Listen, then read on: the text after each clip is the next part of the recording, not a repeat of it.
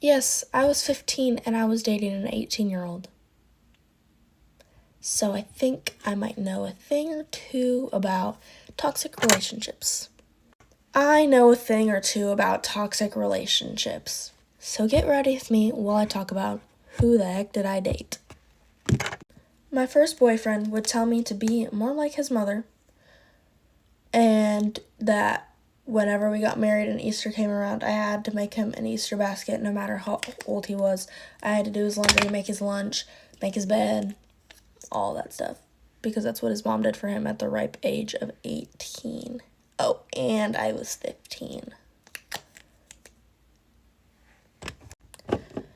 He once pushed me into a wall because people at my school in my class were all telling me to.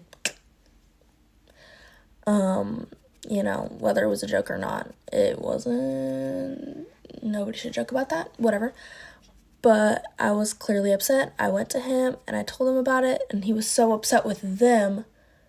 And then I tried to stop him from going and yelling at them, because that would be more embarrassing for me. And he just shoved me into the wall. Didn't apologize. And then I had to apologize for getting mad at him about shoving me into a wall. Every time that he would get me food, like he would insist on paying for my food because I'd always offer, because he didn't have a job, but I'd always offer to pay for my food. He'd say absolutely not. And then whenever the food came, he'd get angry at me for spending money. And then whenever you would look at how much he spent or how much he's been spending on food for me, even though I always say that I'm going to pay for myself, he'll look at his card statements and stuff and get mad at me. When it was prom time, I told him that I wanted him to ask me to be his date to prom. And he said, yeah, of course I'll ask you. Why wouldn't I? A week from prom, I still hadn't been asked, so I asked him, hey, are you going to ask me to prom? Like, I don't want to, get my hopes up. And he said, because you keep asking, it's making me want to do it less. The more that you ask me to do it, the less that I want to do it. And then he was like, no, I'm not going to ask you to prom. I don't want to do it anymore because you want me to do it. And then I ended up asking him to prom. I made a sign and everything. One time we were arguing because I saw something on his phone that I didn't like, I think. And then I told him, hey, don't go talking to your friends about this because I want to finish talking to you about this after school. And he was like, okay, I promise I won't tell a soul. And then he went and told his entire senior class plus one of my teachers. And then I was like, why would you tell them? He was like, I just needed someone to talk to, Annabelle. You don't ever listen to me. You just don't listen to anything that I say. I feel like I can never tell you anything because you're so judgy. And, I just think that you're gonna get mad at me. Why are we turning this around? I found something that I did not like because you weren't telling me something, and we're turning this around on me. And then he goes, Annabelle, I just need to confront you. And in the Bible, it says that I need to confront you with a witness. So what does he do? He pulls out his best friend that he is going to college with. He's in college with him right now, as we speak. And he says, I need him here to confront you, because in the Bible, it says that you need a witness when you're confronting someone. I am his girlfriend. We have been together for almost a year at this point. And then his friend is just sitting there while we're talking, and he goes, I can't ever tell you anything. I just feel like I can never be myself around you. Mind you, he's manipulating me right now. And he goes, I just can never tell you anything. I just feel so judged, and you're just going to get mad at me when I tell you things. So I just lie because it's better to lie about it than, tell you because you're just going to get mad. And then I said, well, I feel the same way. Like, I'm trying to relate to the guy. And I said, I feel the same way. I'm sorry. And he cut me off. He looks to his friend and he goes, see, I told you she's crazy. That same day, we were in the parking lot, just like arguing. I was standing completely still. He's throwing his arms everywhere. My sister and her class are outside by the parking lot for athletics, and they're walking around seeing him just scream at me. And, he's saying that I'm a bad girlfriend, that I'm crazy, that we should just end it right now. And I said, okay, then let's end it. And I walked away, and he said, you walk away and we're effing done. And I said, okay. And I walked away. And then he said, okay, fine, we're done. You're crazy. And screaming at me in front of all these 7th and 8th graders. And then I walk back into my class. Not even 4 minutes later, he calls me and goes, did we really just break up? Please, I don't want to break up. Last one, but my makeup is done. On his senior trip, he decided to block me. Don't know why. And so I went and hung out with another guy because I was like, okay, we're done. Like, I'm not doing this game. He literally blocked me. So I went and hung out with one of my friends and then her boyfriend and then his friend. And they all went to my school. And, I was hanging out with him. We kissed. Like, it's not anything if, he blocked me. He literally said, we're done, and blocked me. So, no cheating there. And then when school, the senior trip was over and we went back to school, it was the very last day of school. And my ex found, I told him about it because we got back together because he unblocked me and said, hey, I miss you, baby. Huh, okay. I guess we're not done. And then he comes back to school. Mind you, he's a senior, so he's in his senior stuff. And I told him about it, and he was so pissed. He was crying and sobbing and how could you do this to me? Okay. And then he is just staring the guy down all day and told me that he wanted to him. And he was staring him down the whole day, just literally sitting by himself and just staring at him. It was very scary. And yeah, I low-key thought that something was going to happen because he was a very scary person. And if he can shove me into a wall, he can do other stuff. Once there was a girl named Jenny. She was like all the other girls except for one thing. She always wore a green ribbon around her neck. There was a boy named Alfred in her class. Alfred liked Jenny, and Jenny liked Alfred. One day he asked her, why do you wear that ribbon all the time? I cannot tell you, said Jenny. But Alfred kept asking, why do you wear it? And Jenny would say, it's not important. Jenny and Alfred grew up and fell in love. One day they got married. After their wedding, Alfred said, now that we're married, you must tell me why you have that green ribbon. You must wait, said Jenny. I will tell you when the right time comes. Years passed. Alfred and Jenny grew old. One day, Jenny became very sick. The doctor told her that she was dying. Jenny called Alfred to her side and said, now I can tell you about the green ribbon. She told him to untie it so he could see why. And Jenny's head fell off. For your sake, I hope you are not alone and it's not dark where you are, because I'm going to tell you some urban legends that will probably make you piss yourself. Now, this first one actually fucking terrifies me, and I'm actually getting ready to leave for work and I'm home alone. My roommate is out of town now, so walking outside is going to be a bit of a challenge. But without further ado, let's talk about the black-eyed kids. Now, their origins are pretty much a huge mystery. The first sightings were published around the late 90s. This is when people started reporting seeing them in rural areas or even on highways, and they appear originally as lost children. So common encounters with them include they will, as I said previously, they appear as lost children, and they will typically ask you something along the lines of, hey, I'm lost, can I use your phone? They'll knock at your door, or at your car asking for a ride, saying that they're stranded, something along those lines. Now, if you don't respond or don't let them in, they will start to get more and more vicious each time. They'll just keep on trying, like, let me in. They'll just grow increasingly agitated with you.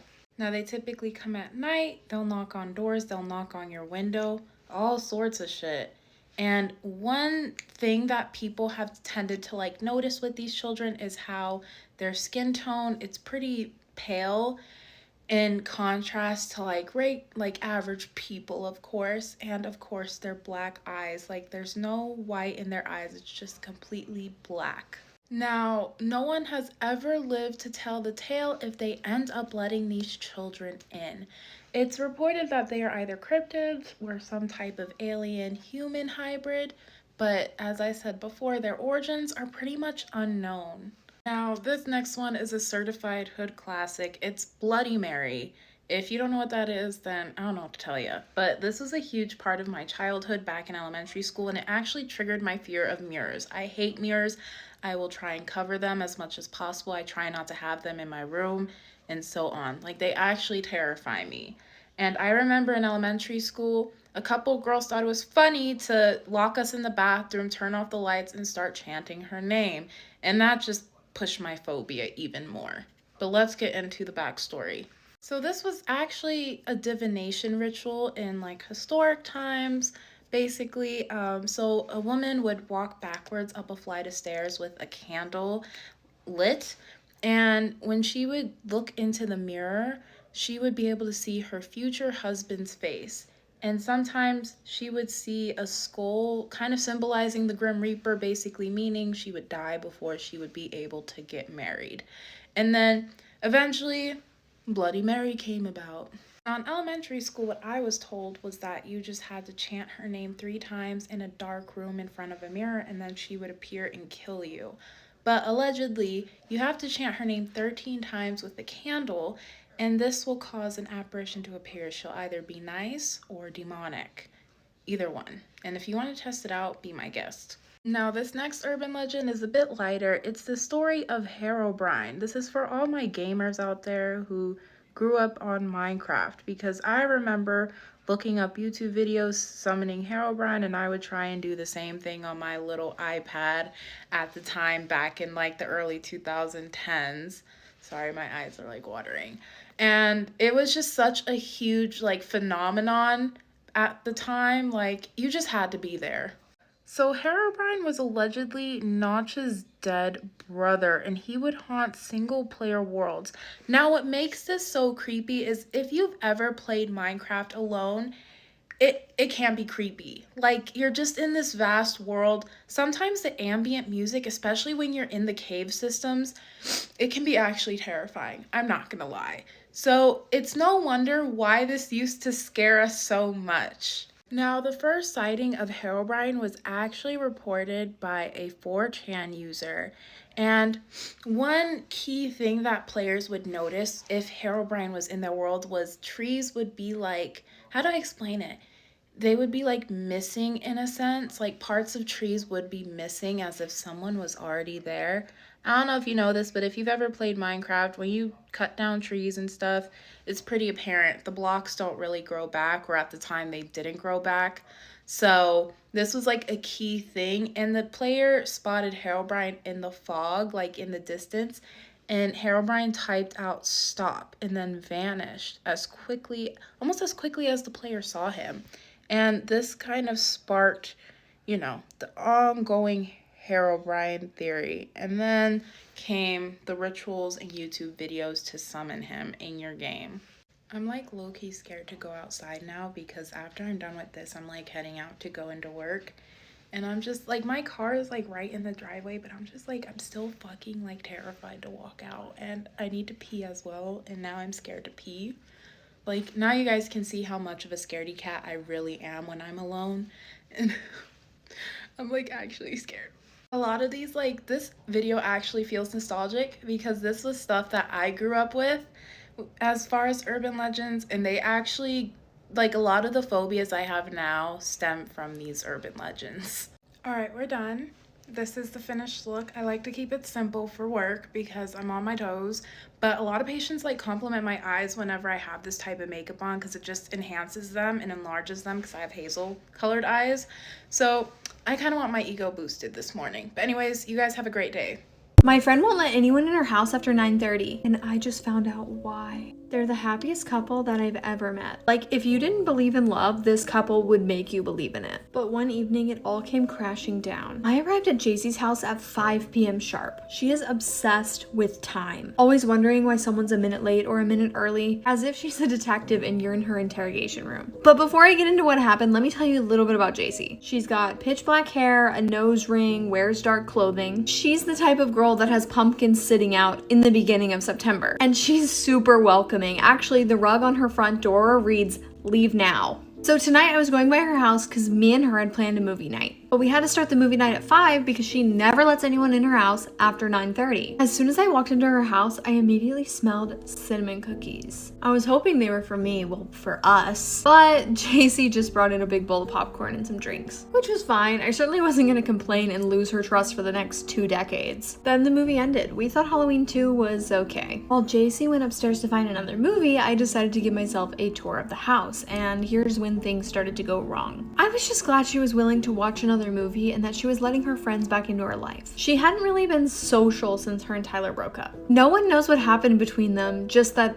they were together one day and then the next day they weren't. After the breakup, no one heard from Tyler again. Then we started the second movie, Saw 4. She fell asleep during the movie, and the next time I checked my phone, it was 9:15. I thought, I better get going soon, even though she probably wasn't gonna wake up in the next 15 minutes. I headed over to the kitchen to grab a glass of water before leaving, and then I saw those cinnamon cookies on the counter, and I was like, she's not gonna miss one, right? After finishing the cookie, I turned on the water on the sink to wash my hands, but I was trying to be like really quiet because I didn't want to wake her up. The water didn't wake her up, but my scream did. Someone was secretly living in the walls of my apartment, and you're gonna get ready with me while I relive that trauma. I don't even know why I'm doing this right now. A few years ago, me and 3 other friends decided to move into an apartment together. And we were so excited and young and carefree, and we thought that this was gonna be like the time of our lives. At first, everything was completely fine. Getting along, we're going out, we're doing all the girly things, but just you wait. About a week and a half in, we all start individually noticing some of our things going missing. Small stuff though, that you wouldn't like outright notice. On top of that, I kid you not, we started hearing like scratching in our vents and knocks on the walls and random banging happening through the middle of the night. And we are fucking petrified. So we started doing some research on the internet to see if anyone else in the world had experienced something similar to what we were going through at our own place. And lo and behold, one of the first things that we came across was somebody experiencing the exact same thing, and you guessed it, someone was living in their walls. Yep, you heard that right, living in their walls. Sneaking out in the middle of the night while they were sleeping, taking all their stuff, and going back into the wall before they woke up. All 4 of us were sitting in the living room when we found that article and simultaneously turned to look at each other and then proceed to look at the 2 locked doors in our place that we hadn't been able to open since we arrived. And I hate to do this to you, but I can only drag out my makeup routine for so long, so we're gonna have to come back for part 2. I'm 18 years old and I've never had a boyfriend. I've never kissed anyone. I've never even Snapchatted someone romantically. For a minute there, I thought I was like asexual or aromantic, whatever the fuck it's called. I just felt like I didn't like anyone. But then I realized that like I really want a baby and a husband, but it's so hard for me to comprehend the future. Like I know I want a baby and I know I want a husband, but I cannot see any of the steps that would get me there. Boys are just so mean. Like some of the things that guys have said to me, I definitely know why. I'm not the most agreeable person. And I don't think I'm like purposefully argumentative or anything like that. It's really hard for me to let bullshit go. Example is one time I got into this argument with this guy. I'm not gonna say the setting of the argument. If you know, you know. Basically, we were arguing about something that he said to me and things that happened afterward. And I was just like, no, you said this, then you said this. Because he tried to gaslight me. Then he starts going, okay, you won. And I went crazy. I went nuts. I yelled at him, and I don't think I yelled at him that bad, but I did yell at him. He acted like I shot his baby. Again, like that's just a really good example of how I am. When people pull bullshit, I have a really bad habit of crashing out. And don't even get me started on lying. I hate liars. I've said this to people before and no one's related yet, but when someone lies to me, their face changes. I feel like this makes me sound shallow, but like you get ugly. You do. Like guys just lie about stupid shit. For example, I was friends with this girl like 2 years ago, and she had this boyfriend, and he lied about his body count, which is just like such a stupid fucking thing to lie about, especially since he wasn't really known to be like celibate. It was surprising how low it was, and that's when I knew it was a lie. But yeah, it ended up coming out later that he was lying about it. Obviously she was pissed, but she stayed with him.